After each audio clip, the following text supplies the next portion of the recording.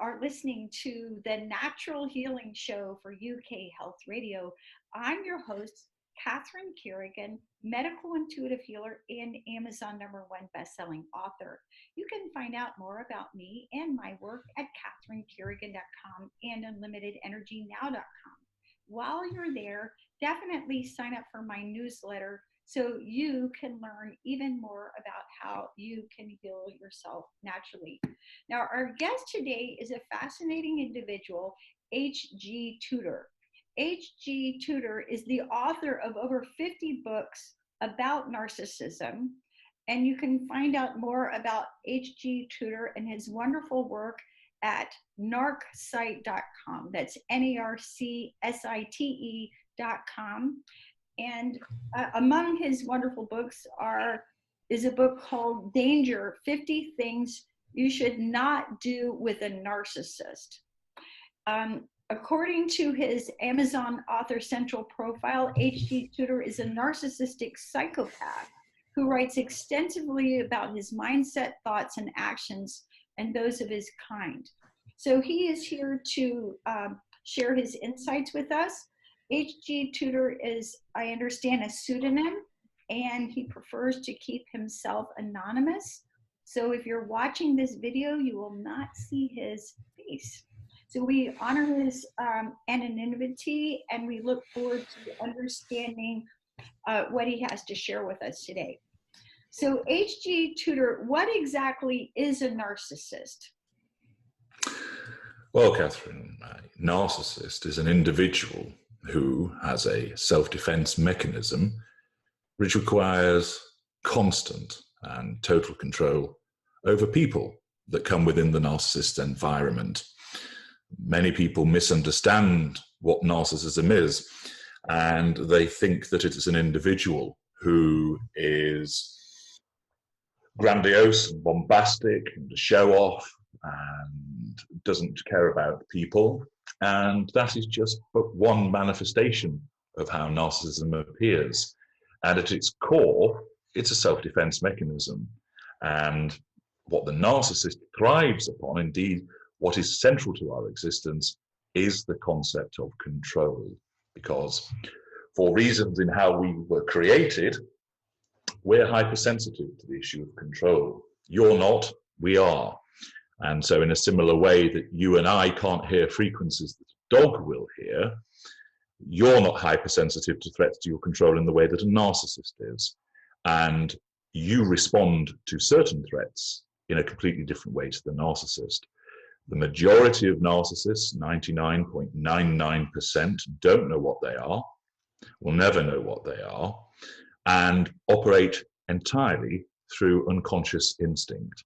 So in the same way that you're sat listening to me and you're not telling yourself breathe in, breathe out, or telling your heart to beat, it's happening in the background as a support system.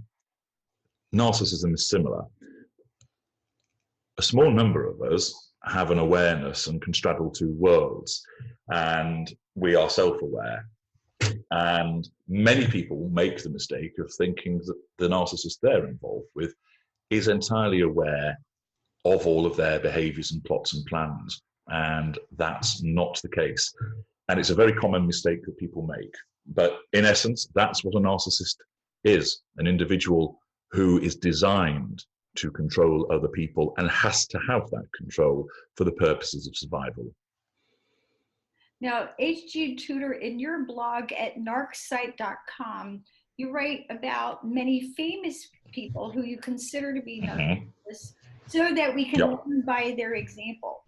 And that's actually how I found you, because I was reading online about Meghan Markle and the recent with Prince Harry. Who are some famous narcissists in your opinion?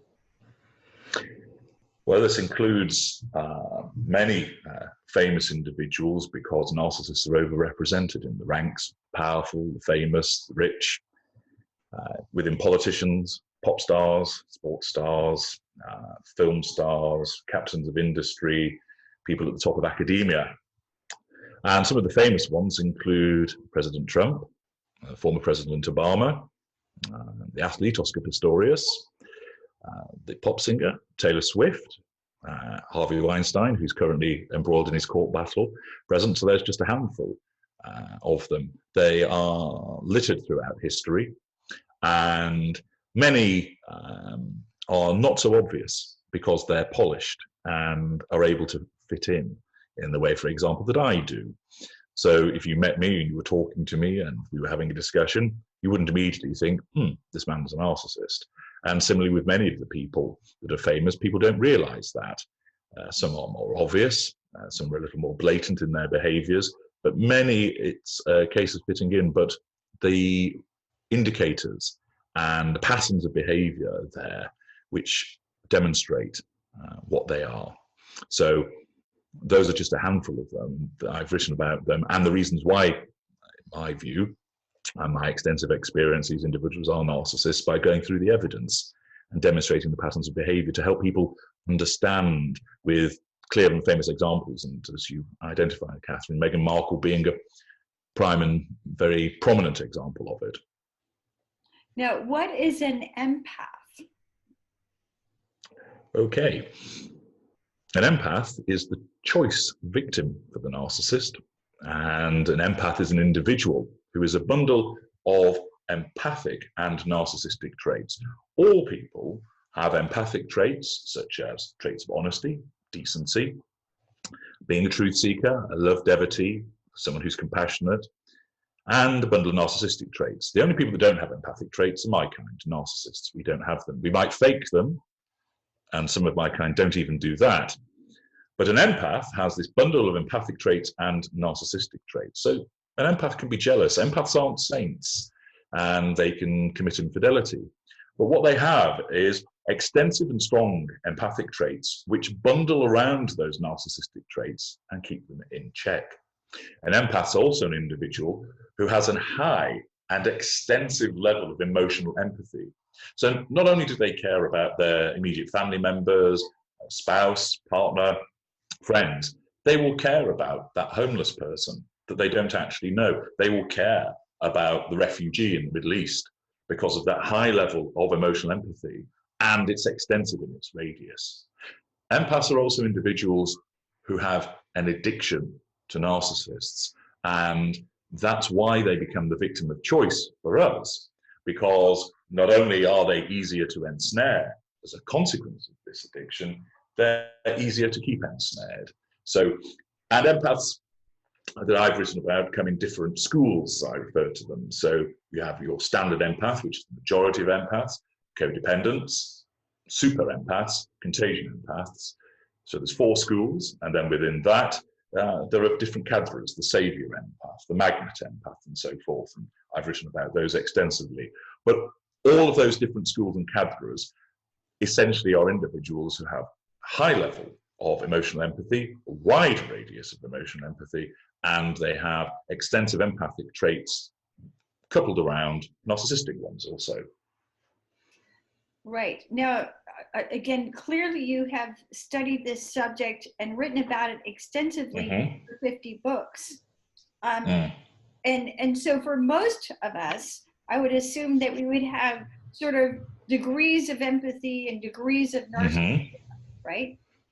That's right. Right. But an empath would be more on the empathic side, and a narcissist, you said, has absolutely no empathy. That's right.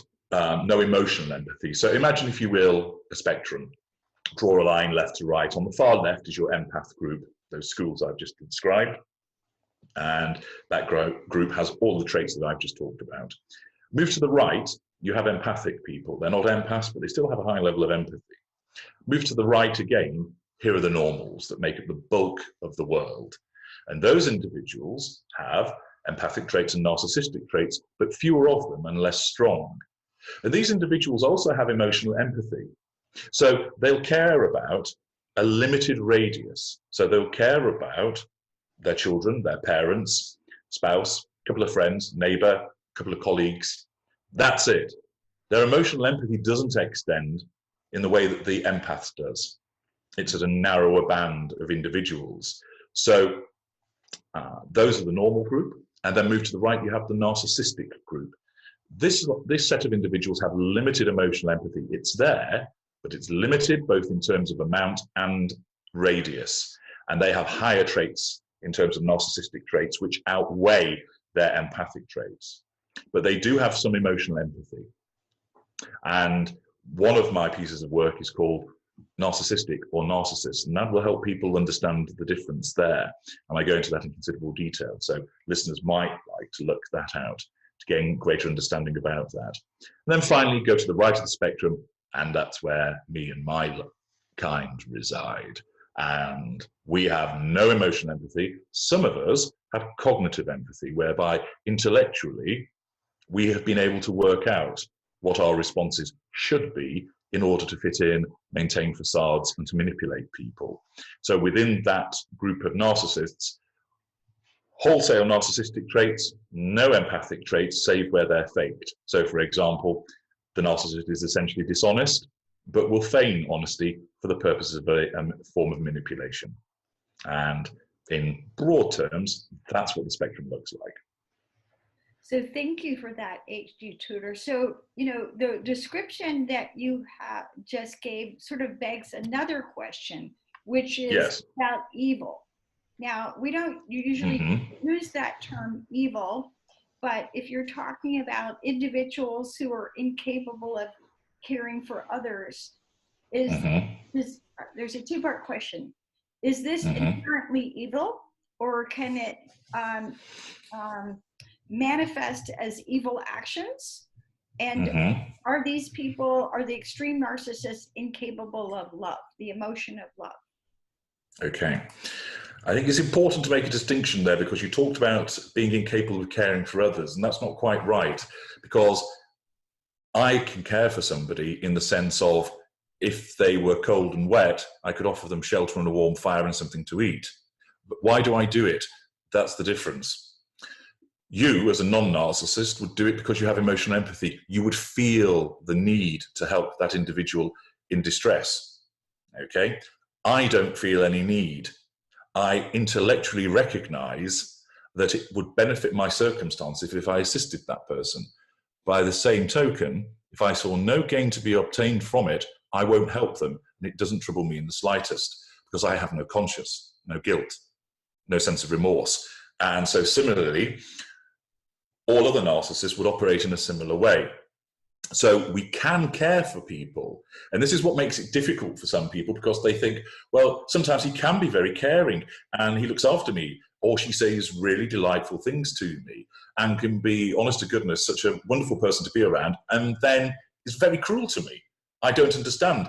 Is there empathy being switched on and off? No, there's no emotional empathy there whatsoever. What you're coming up against is cognitive empathy, and that's part of conning people into thinking that we are like you, because you can't read somebody's mind.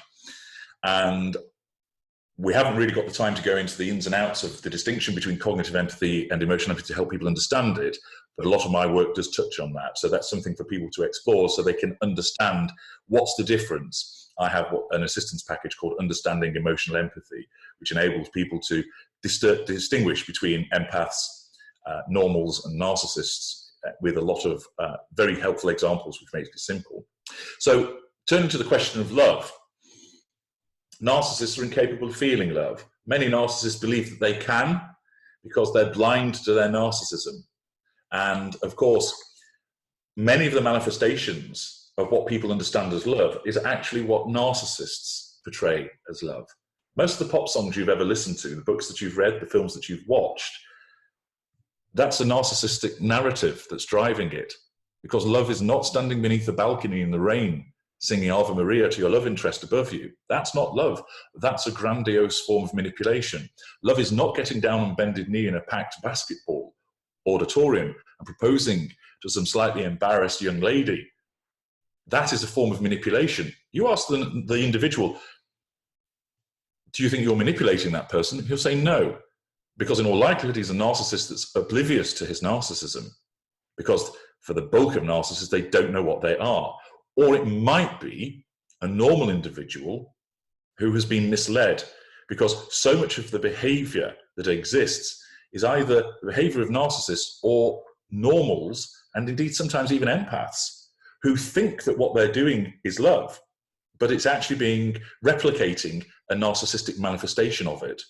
So from what I've understood, because I'm incapable of feeling it, and I understand it in an intellectual concept from what people have explained to me, I recognize the manifestations of what is supposed to be love but are not.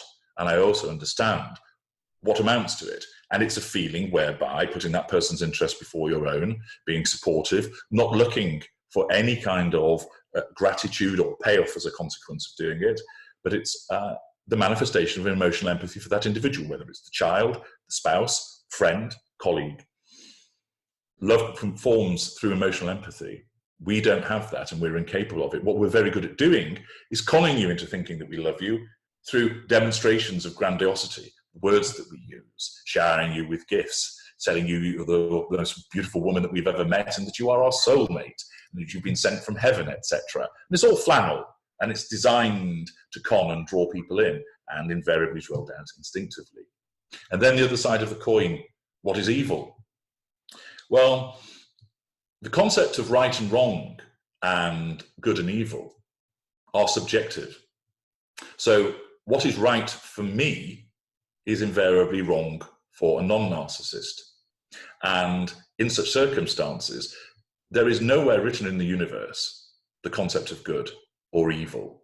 They're constructs designed from a particular perspective.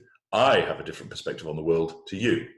And I can recognize that my acts are described as evil, but for me, they make perfect sense because they achieve my aims. So what's good for me isn't necessarily good for somebody else. It might be, but ultimately those concepts of what is evil is something which has been generated by the majority of human beings who have a very similar evolved perspective. And me and my kind fall outside of that perspective. If there were more of us than there were of non-narcissists, our perspective would be the prevailing one. But because it isn't, because we're in a minority, albeit a sizable one, our perspective is labelled as disordered, abnormal, cruel, evil, because we fall outside the norm. And so the concept of evil is very much a subjective one.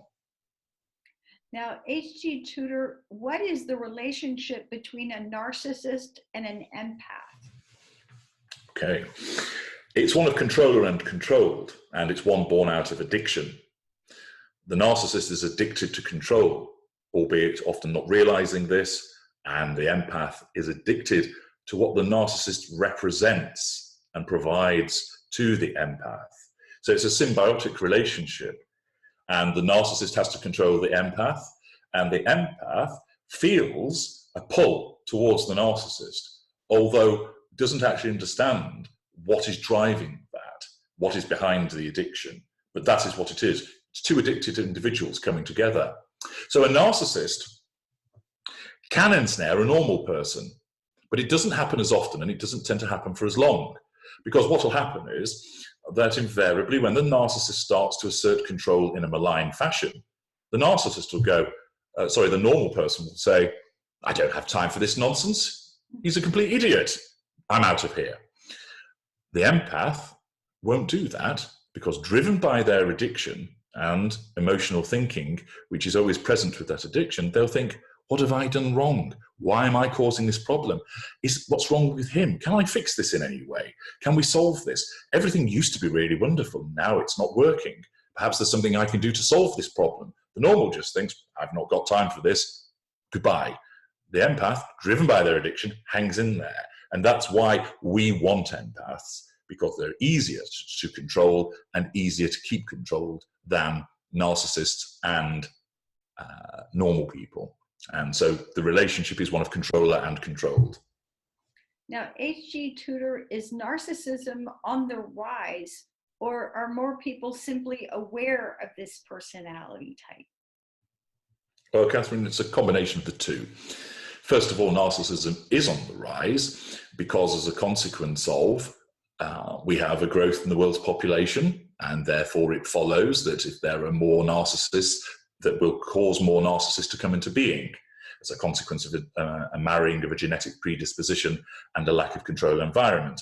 Narcissists tend to create, not always, but tend to create a lack of control environment and pass on their narcissism. Therefore, they're likely to create narcissists.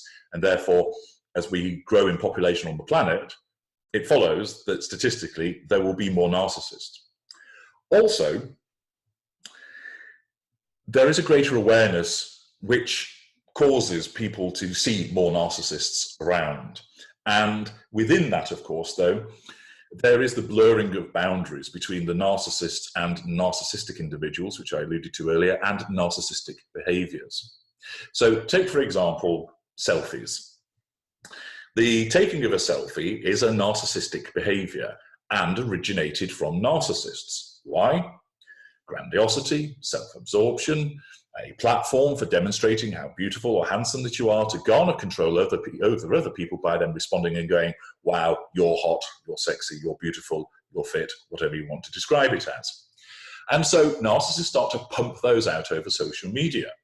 What then happens is that normal people, and indeed some empaths, see this behavior, and because of human beings' herd mentality, think, that looks rather good, I'll join in.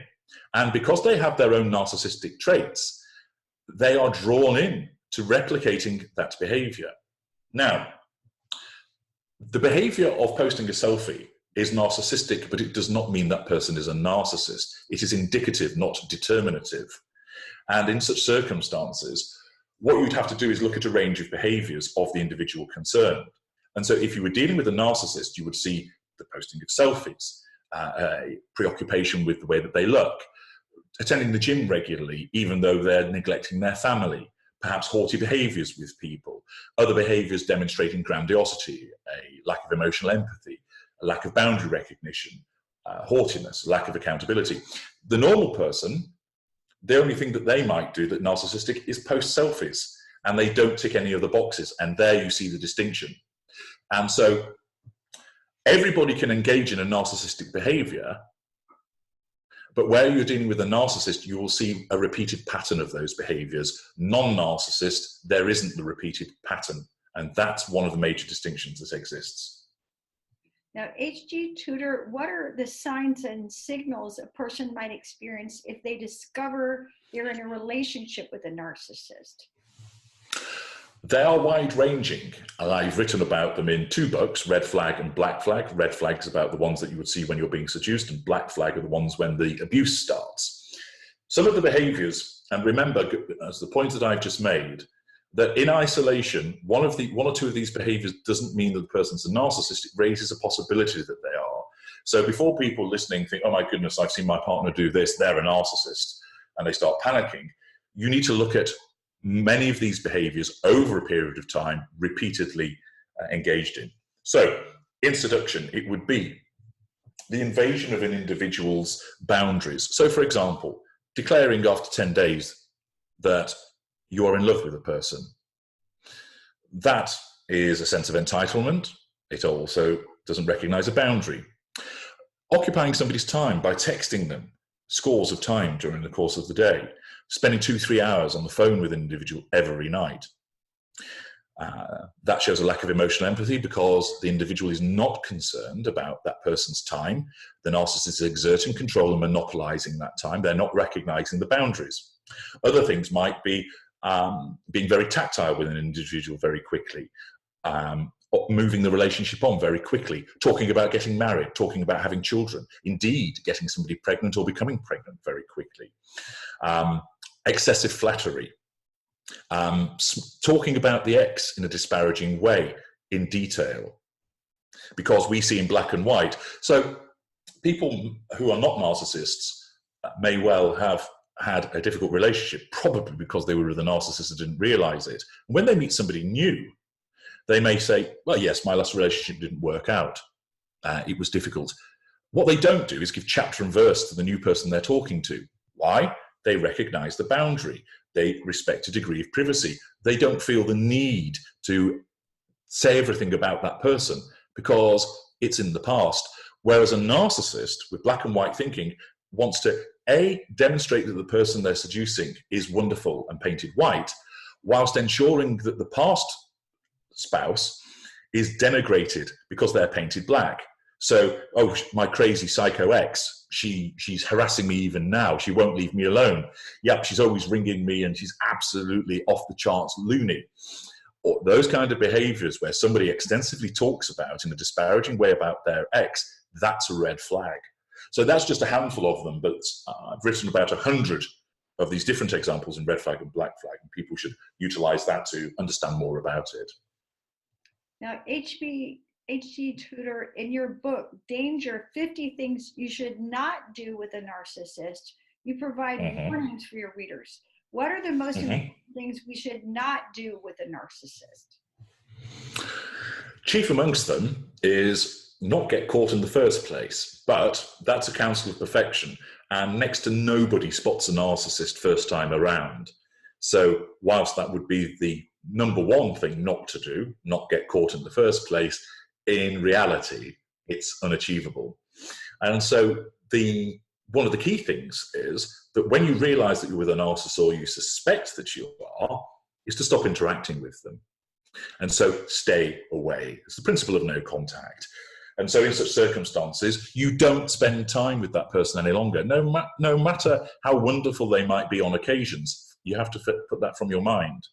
You're not there to try and convince them as to their behavior being untoward. They can't see it. Or if they do, in the case of a self-aware narcissist, the narcissist will never admit it and is just laughing at you behind the mask. Don't try and fix the narcissist. Don't try and get them to see your truth. Don't spend your time running around telling everybody about what the narcissist has been doing. All of these are forms of interaction. So chief amongst the things that you must not do with a narcissist is stay involved. And that goes beyond just spending time and communicating with the narcissist. It means not stalking the narcissist's social media profile, for example, or sitting outside the narcissist's house to see who's coming and going from there, and not sitting and looking back at all of the photos of when everything was golden and going, oh, I wish I could be back there, because all of that is not going to assist you and is going to invite what I call the devil's pitchfork. And listeners can read more about that on the blog about what that involves. And that's a chief problem of continuing to interact with us. Other things that you shouldn't do, and it links into interaction, are things such as expect to ever have a happy birthday when you're with a narcissist, because we love to ruin them. Also, don't expect to have an enjoyable holiday, because we will invariably cause problems in that regard. So many of the things that you should not do are all linked essentially to no longer interacting with us. And don't hold out for hope that it'll get better, because it won't. Now, what if you are, I was just speaking this morning actually with a client divorced from a narcissist, and done a pretty good job of distracting herself. However, she has children with a narcissist. So what if there's children or other family members who keep you connected with that person? How do you handle it? It's a common lament, and many people say, I can't do no contact because, as you pointed out, I have children, or they're a member of the family. Well, actually, you can go no contact. It might be difficult, but it is achievable.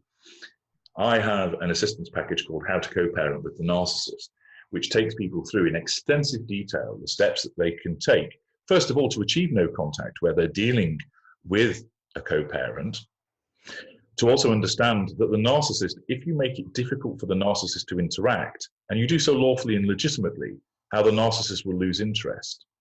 And then ultimately, if it's the case that there's a court order telling you that you have to have some involvement in co-parenting with the narcissist, well, you've got to obey that court order, because you don't want to be held in contempt of court with everything that flows from that. But that doesn't necessarily mean that you still have to have lots of interaction with the narcissist. You can limit the form of communication. You can do handovers of the children through gatekeepers. You can adjust your life so that the level of interaction you have is much reduced.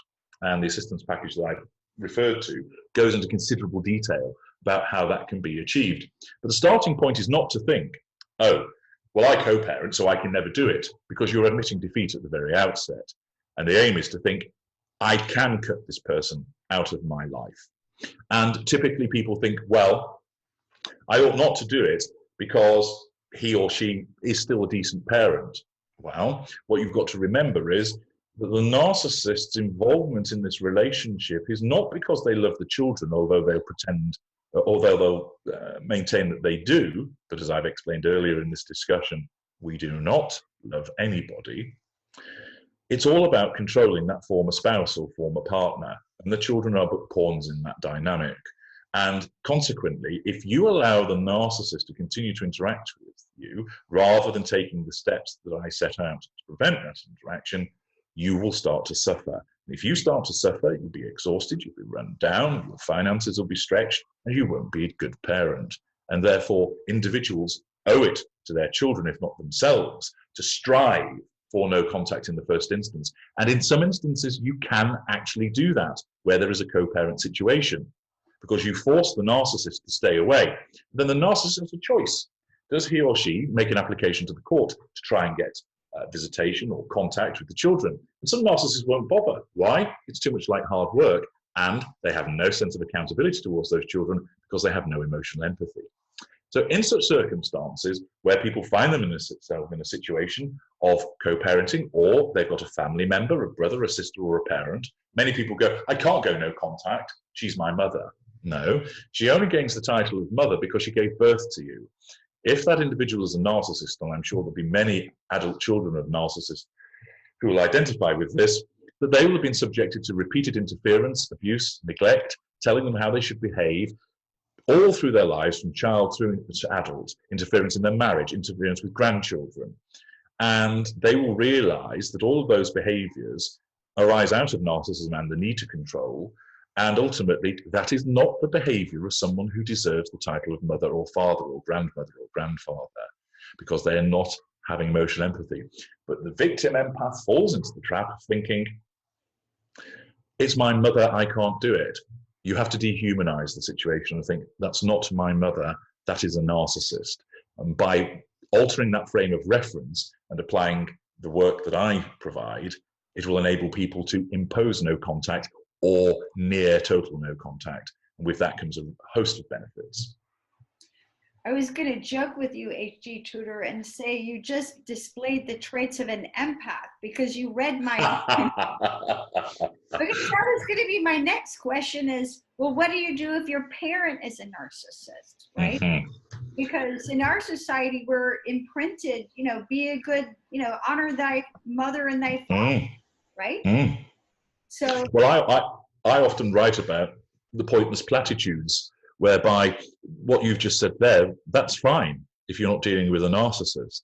But where you're dealing with a narcissist who is your parent, or is your best friend, or is your boss, or co-worker, or boyfriend, or girlfriend, get rid of those labels and realize this person is a narcissist first. And when you do that, you strip that emotional thinking of giving somebody a fluffier label. Because one of the biggest problems that exists is that narcissism, there is a growing awareness about it, but we're still only scratching the surface. And it's fascinating to me, although I entirely understand it, whereby I see so often supposed relationship experts where they're talking about, he has an anger management issue. No, that's fury. It's a narcissist. She's high maintenance. No, she's a narcissist. He's just hypersensitive. No, that's a narcissist. And in many instances, because people don't understand it and euphemize the behaviors, they fall into the trap of calling it something else. And so it's a little bit like saying, that's not a lion, it's a pussycat. And you go up and say, nice pussycat, and then realize that your arm's been bitten off. And that's part of the problem that people have, that whilst there is a rising and increasing awareness, many people, and it's people outside of the world of narcissism and commenting on it, euphemize these behaviors, and they come out with such rubbish as, well, if you let him go and it's love, he'll come back to you. Nonsense. Or pour as much love as you can on this individual, that'll work. No, it won't, because you can't control a narcissist. You're there to be controlled. And too many people propound this dynamic, and don't get me started on the subject of twin flames, because that just describes the concept of narcissist and victim to a T, but is dressed up as some ridiculous, highfalutin, romantic notion of some kind of tie between those two individuals. And there is one, but it's not the romantic one that it sounds. It's the addiction between narcissist and victim. Now, H.G. Tudor, in your blog at narcsite.com, you write about how your family has insisted you go into therapy. And I believe from reading your blog, that's how you started writing your blog. You said, okay, Yes. they're forcing me into therapy, so I'm going to start writing about this. Mm-hmm. Can narcissists actually be cured? In a word, no. And here's the reason why. As I explained earlier, Catherine, the vast majority of narcissists don't know what they are, and therefore will either not engage in any form of therapy, or if they do, it's just utilized for the narcissist's benefit. Narcissism is an inherent, hermetically sealed self-defense mechanism. So what that means is, by analogy, let's say you had purple spot disease, and a symptom of that disease is that when the doctor comes towards you with the antidote, purple spot disease makes you run away from it, so you could never be cured. So not only is narcissism part of the fabric of the narcissist, the cake has been baked, if you like, it can't be unbaked. So you can't strip it out. It's as much a part of the narcissist as breathing and the heart beating and the blood coursing around the veins. But moreover, the narcissism operates in such a way that it apprehends any potential threat to it, because any threat to the control is resisted. And therefore, some narcissists, if their partner says you need to go to therapy, go, I don't need to go to therapy. They just talk a load of claptrap, won't go. A mid-range narcissist, as per my categorizations, will utilize it to go and perhaps charm the therapist into thinking they're the victim, because many mid-range narcissists do play the victim, and they return to the true victim and say, well, actually, the therapist said you're the problem, I'm not. Sometimes that's a lie, sometimes that's what genuinely has occurred. And so narcissism cannot be cured. Anybody that suggests that you can somehow replicate the circumstances that caused the narcissism in the first place is wrong. We do not have time machines. We can't go back to the past. You cannot subject a fully formed narcissist to the forces that created him to try and undo it. It won't work. We are created when we're children from a genetic predisposition, allied with a lack of control environment, and the self-defense mechanism springs up. And this is an absolute fundamental part of us. Once it's been created, it cannot be undone. So most narcissists don't know what they are, and those such as myself, where we do know, we have no interest in being cured, even if it were possible. Why? Because we're entirely satisfied with what we do now, because that's our perspective. Do people criticize my behavior as being wrong? Yes. Do I care? No. Because it's how I function best, and I have a different perspective. I understand why they think that, but I don't accept it, because it is not my perspective, and I'm not troubled by guilt or remorse or conscience, so I do as I do. Now, H.G. Tudor, for someone who's listening to our interview and realizes, oh my goodness, I'm in a relationship with a narcissist, whether they're a partner or a parent or a boss or a child, is it possible to have a healthy, happy relationship with a narcissist, or is no contact our only option? You can never have a healthy, happy relationship with a narcissist. To think to the contrary, you are being misled by your emotional thinking. It is that simple. You can't do it. Why? We are the controllers. We are designed and engineered to control you. And you will not realize, but you will do things which affect our control, so we'll lash out at you. You may even do things which you perceive as pleasant and helpful. But if you're painted black, no matter what you do, we will see that through the lens of you being unpleasant towards us, because we have that different perspective.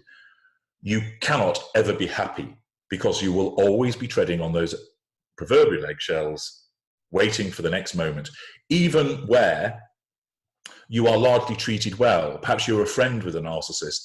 Will that friend be there when you're in a moment of trouble? Unlikely. Will they come to your birthday party if they've got something better to do? No, they will not, because there's no sense of accountability. You will suffer, and there are varying degrees of suffering, from the person that is raped and beaten all the way down to the person who's repeatedly forgotten about every time it's something they want to do. But ultimately, you can't have a healthy relationship with someone who is essentially, from your perspective, unhealthy.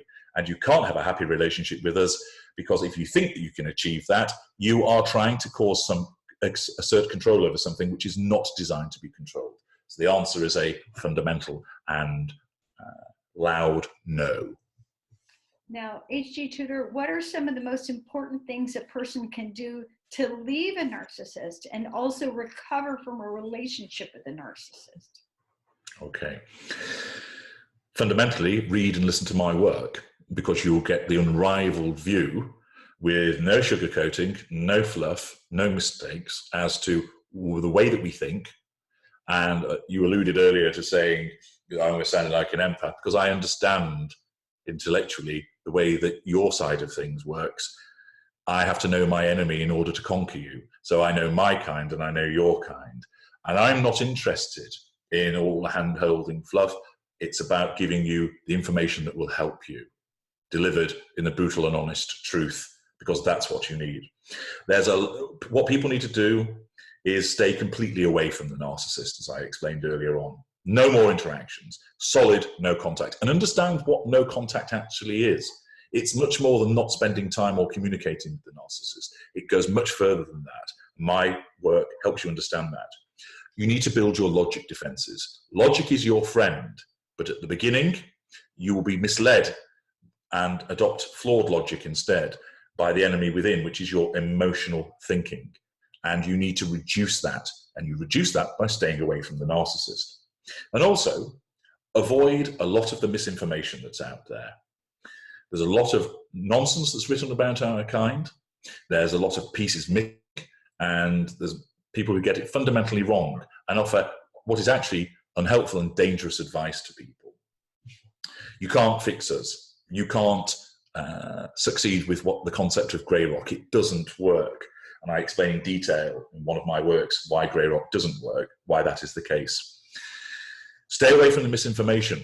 And there are a lot of narcissists that operate support forums that don't realize what they are. They think they are empaths. And you can see in the behaviors, if you put forward a contrary opinion to what they write, you'll be banned, you'll be accused of being a narcissist, and you'll be jumped on.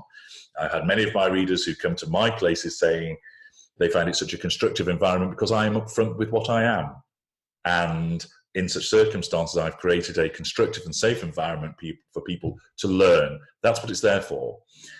I don't have to operate with some form of facade within that environment. Why? Nobody knows who I am. And they don't need to know who I am. All you need is my information. This isn't about what my real name is or what I look like. It's about providing you with my experience, my insight, and my perspective. And that's what will help people. But the central essences of it are: read my work, listen to it, stay completely away from the narcissist. Don't fall for the excuses as to why you should stay in any shape or form. Build your logic defenses, reduce your emotional thinking, and stay away from misinformation. And you can read so much more in my books, on my blog, and through my assistance package and logic bulletins, or consult with me if need be. Thousands of people have done so, and I receive fantastic emails from people thanking me for the help that they've received, expressing their gratitude at how their life is completely different, whether it's dealing with the boyfriend or an abusive ex-husband, a terrible girlfriend, a nasty neighbor, a difficult boss, an interfering father who's a narcissist. All across the spectrum, I help people and receive emails where people explain, I'd have killed myself were it not for you, HG. Explaining that they now have a sense of liberation and freedom, and they truly understand. And naturally, that's rewarding for me, because I want people to win, because I love to win. And that's why I do it. So in your opinion, H.G. Tudor, how long does it take to recover from a relationship with a narcissist? 1 year, 2 years, 3 years? Or are we still in a process of recovery for years after interacting with these people? It very much depends upon the extent to which the damage is done. So there are some people, obviously, that suffer complex post-traumatic stress disorder as a consequence of their ensnarement with the narcissist. For other people, it doesn't go as far as that. And that's not to say that their experience is any less worse, but people have an inherent degree of durability and resilience. Some people bounce back faster than others. And it depends upon how it's affected you. For some people, they're left feeling used and saddened by the experience, but there's no financial fallout. There's no issue with children. They haven't lost their house. They've not been physically assaulted. They've not lost their job because of it. So those individuals, whilst extensively hurt and emotionally bruised perhaps, or even emotionally broken, for them, they would be able to make a recovery in a number of months, possibly even shorter. For other people, it might take them years to put their finances together. For others, it might take them years to go beyond the trauma that they've experienced. But it's all about staying away from the narcissist, because if you do that, you immediately stop suffering the abuse. Then that puts you in a better place to assist you in terms of reducing your emotional thinking, keeping your addiction to the narcissist at a minimum, and then moving forward. Apply all of that, and the healing happens far quicker. You've been listening to the Natural Healing Show for UK Health Radio, your global feel-good radio. I'm your host, Catherine Carrigan, medical intuitive healer and Amazon #1 best-selling author. You can find out more about me and my work at catherinecarrigan.com and unlimitedenergynow.com. While you're there, sign up for my newsletter so you can learn even more about how you can heal yourself naturally. Now, our guest today has been H.D. Tudor, author of 50 books about narcissism. You can find out more about H.D. Tudor and his wonderful work at his website, narcsite.com. And remember, if you recognize that you are in a relationship with a narcissist, your best strategy overall is to recognize that this cannot be healed and you are better off getting out as quickly as you can. Easier said than done sometimes. Thanks so much for listening, and we'll see you next time.